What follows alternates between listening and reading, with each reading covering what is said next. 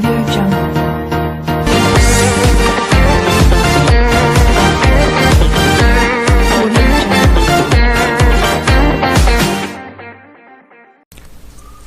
자, 학생 여러분 안녕하세요. 자, 오늘은 이제 중간고사 끝나고 첫 번째 시간입니다. 자, 첫 번째 시간은 이제 자연환경과 인간생활 중에서 두 번째 주제죠. 지형은 우리 생활에 어떠한 영향을 미칠까? 그래서 우리 일단 앞에서 배웠던 거는 기후는 우리 생활에 어떤 영향을 미칠 건데, 요거는 지형입니다. 그래서 핵심은 지형과 우리 생활은 어떠한 연관이 있는가에 대한 내용이 되겠습니다. 자, 그래서 우리 교과서의 지형은 총 3가지 지역으로 되어 있는데, 자, 먼저 산지 지역 한번 보겠습니다. 자, 산지 지역은 어떠한 특징이 있느냐? 해발 고도가 높고 경사가 급한 지역이더라 라는 거죠. 자, 해발 고도가 높고 경사가 급한 지역인데, 자, 우리가 보편적으로 산을 그리려고 하면, 자, 이렇게 하면은 산이다 라고 볼 수가 있겠죠. 근데 요렇게 생긴 거 말고도, 자, 요거 한번 볼까요? 자, 요거는 과연 어떨까? 요것도 지금 선생님 그림이 좀 그렇지만, 자, 여기 경사가 상당히 급하고 고도는 상대적으로 높죠. 그죠? 하지만 다른 점이 이 부분이 좀 다릅니다. 이 부분이 좀 평평하게 돼 있죠. 그래서 우리가 요렇게 생겨 있는 산지 지형은 우리는 요거를 높은 곳에 있는 평원이다 라고 해서 고원이라는 표현을 쓰게 되죠. 고원. 선생님 마우스로 쓰니까 이 글자가 좀 우스꽝스러워도 이해 바랍니다. 자, 그러다 보니까 우리 인간 생활 자체는 상당히 불리할 수 있다라는 거죠. 자, 하지만 이러한 곳에서도 사람들은 살고 있다라는 겁니다. 그러면 이 사람들은 주로 어떻게 살고 있느냐? 자, 산에 가면은 우리 산 한번 둘러보세요, 여러분들. 둘러보면 산 위에는 뭐가 있습니까? 그렇죠. 나무들이 많이 있죠. 그 나무들을 이용을 해서 임업으로 이제 나타나고요. 나무 임산자원을 다 이용하는 거죠. 그 다음에 또 농경지는 그리 많지는 않을 겁니다. 그죠? 왜냐면 경사가 급하기 때문에. 하지만 그 밭작물을 통해서 농사를 하면서 삶을 영위하고 있다라는 겁니다. 자, 그리고 이제 지형적인 이유로, 그리고 또 해발보다 높으면 기온 자체가 낮을 수 있죠. 그리고 뭐 비도 좀 올 수가 있습니다. 자, 그래서 그런 것들 바탕으로 해서 아무래도 좀 수변하다 보니까 이제 목축업도 행할 수가 있고요. 그 다음에 또 관광도 우리나라로 치면 뭐 시리산이나 뭐 속리산이나 이런 산들이 있죠.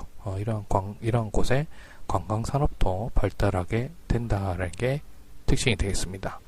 자, 그러면 우리 책에는 자, 사진이 볼리비아의 라파스 지역이라고 해서 나와 있습니다. 이 라파스 지역, 라파스 지역은 해발 고도가 한 3,000m, 4,000m 정도 되는 그러한 지역에 이렇게 거대한 도시가 형성이 되어 있습니다. 저 뒤에 보면은 산 위에 뭐가 보입니까?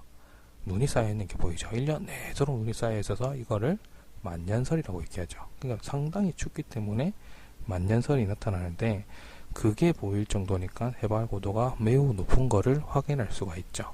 자, 근데 이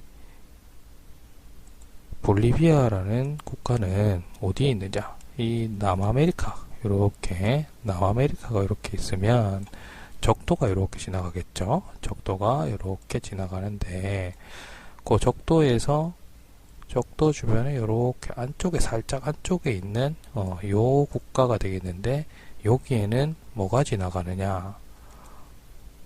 여기에 거대한 산맥이 이렇게 지나가더라는 거죠.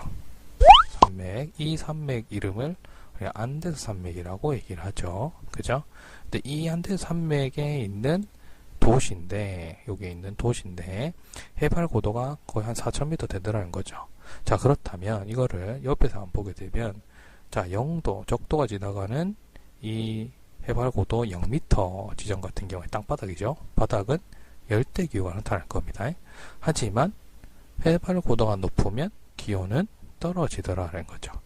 자, 그렇기 때문에 밑에는 열대기후지만 위로 산 중턱으로 올라가면은 기온 자체가 상당히 서늘해지더라는 거죠. 그래서 연중 온화기후가 나타나게 되더라라는 겁니다. 그래서 그렇게 연중 온화기후가 나타난다라는 것을 우리는 뭐라고 표현하느냐? 상춘기후라고 표현합니다. 항상 봄과 같은 기후가 나타나더라라는 거죠. 그만큼 서늘하고 시원하고 그렇게 덥지도 않더라라는 거죠. 사람 살기에 좋더라라는 겁니다. 자, 근데 요거는 우리 교과서 37페이지 보게 되면 세계 기후 지역 하면서 하나 안 한 게 있습니다. 고산기후라고 책에는 나와 있는데 쌤이 설명하지 않았죠. 이 고산기후가 바로 상춘기후를 의미하고 이 고산기후가 나타나는 지역들이 주로 이러한 지역들이더라라는 거죠. 적도 중심에 높은 산맥이 있는 지역에 나타나는 기후더라라는 겁니다. 무슨 말인지 이해되죠? 자, 그 다음에 교과서에 있는 사진, 두 번째 사진. 자, 티베트 고원입니다. 뭐 고원이기 때문에 아까 전에 높은 곳에 있는 평평한 지역을 우리가 고원이라고 한다고 했죠. 그죠? 그래서 아무래도 뭐 높은 곳에 있지만 이렇게 뾰족뾰족한 산지 지역보다는 뭡니까? 이렇게 평평한 지역에 있으면 아무래도 이 지역을 중심으로 사람들이 살 수가 있겠죠. 그래서 여기도 지금 농경지로 개간이 되어 있는 모습을 볼 수 있고요. 그 다음에 오른쪽에는 이제 티베트 여성이 나와 있는데, 이 티베트 지역 같은 경우에는,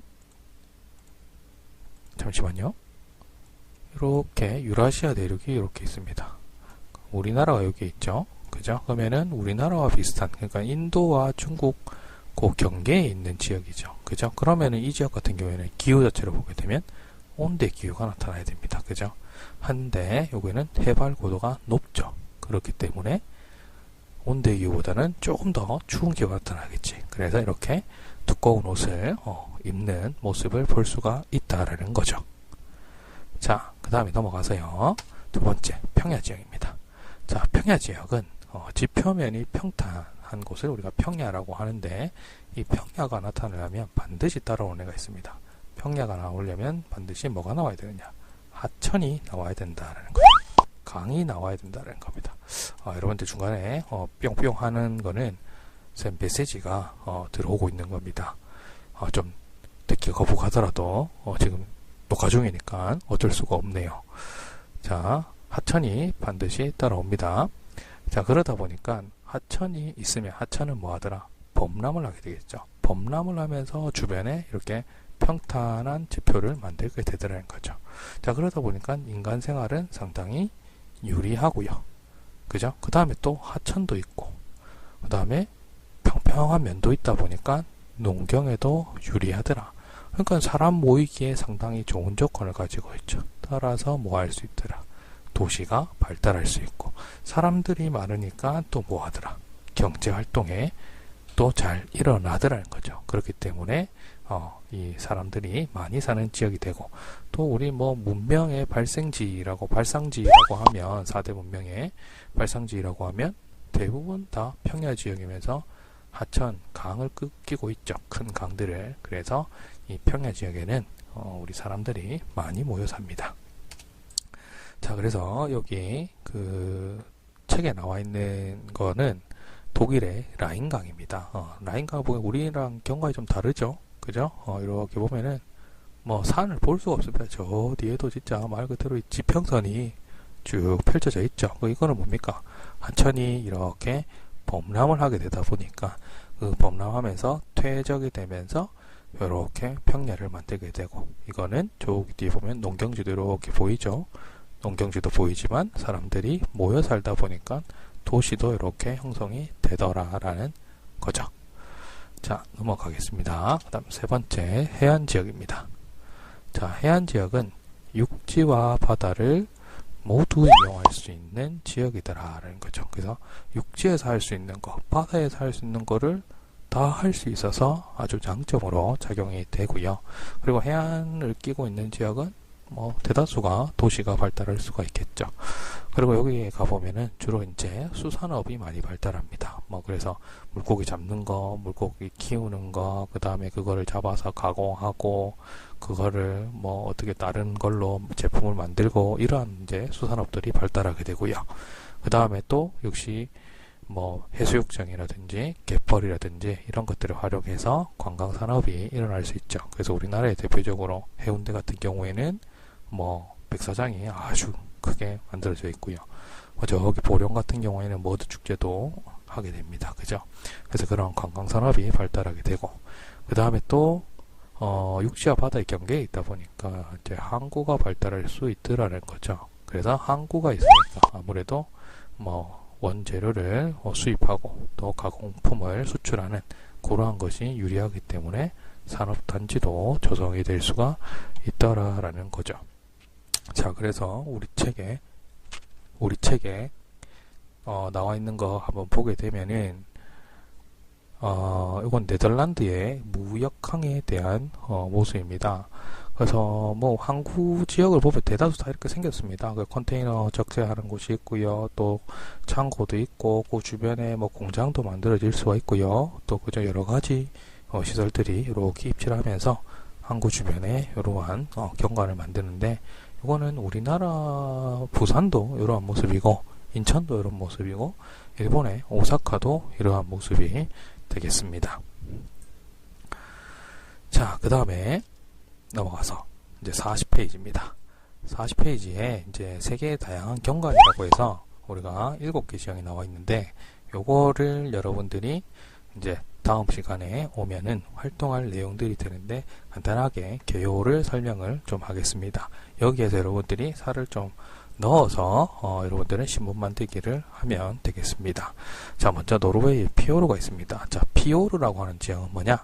빙하의 침식으로 만들어진 골짜기, 우리가 보통 U자 곡이다라고 얘기합니다. U자 형태로 만들어져서 U자 곡에 빙하가 없어진 이후에, 그러니까 처음에는 이 바닷물이 없었겠죠. 거기에 바닷물이 들어와서 이러한 경관을 만들어내더라는 거죠. 그래서 여기는 뭐 옛날부터 이 계곡이 상당히 깊었기 때문에 바이킹의 주요 활동 무대였는데, 지금은 이제 이렇게 지금 여기 배가 하나 있는데 이게 유람선입니다. 아주 큰 거대한 배인데 워낙 이 지형이 크다 보니까 아주 조그맣게 표시가 된 거죠. 그래서 이러한 이제 관광 자원을 통해서 관광 자원이 되더라라는 거고요. 교무실이라서 여러 가지 소리가 많이 들립니다.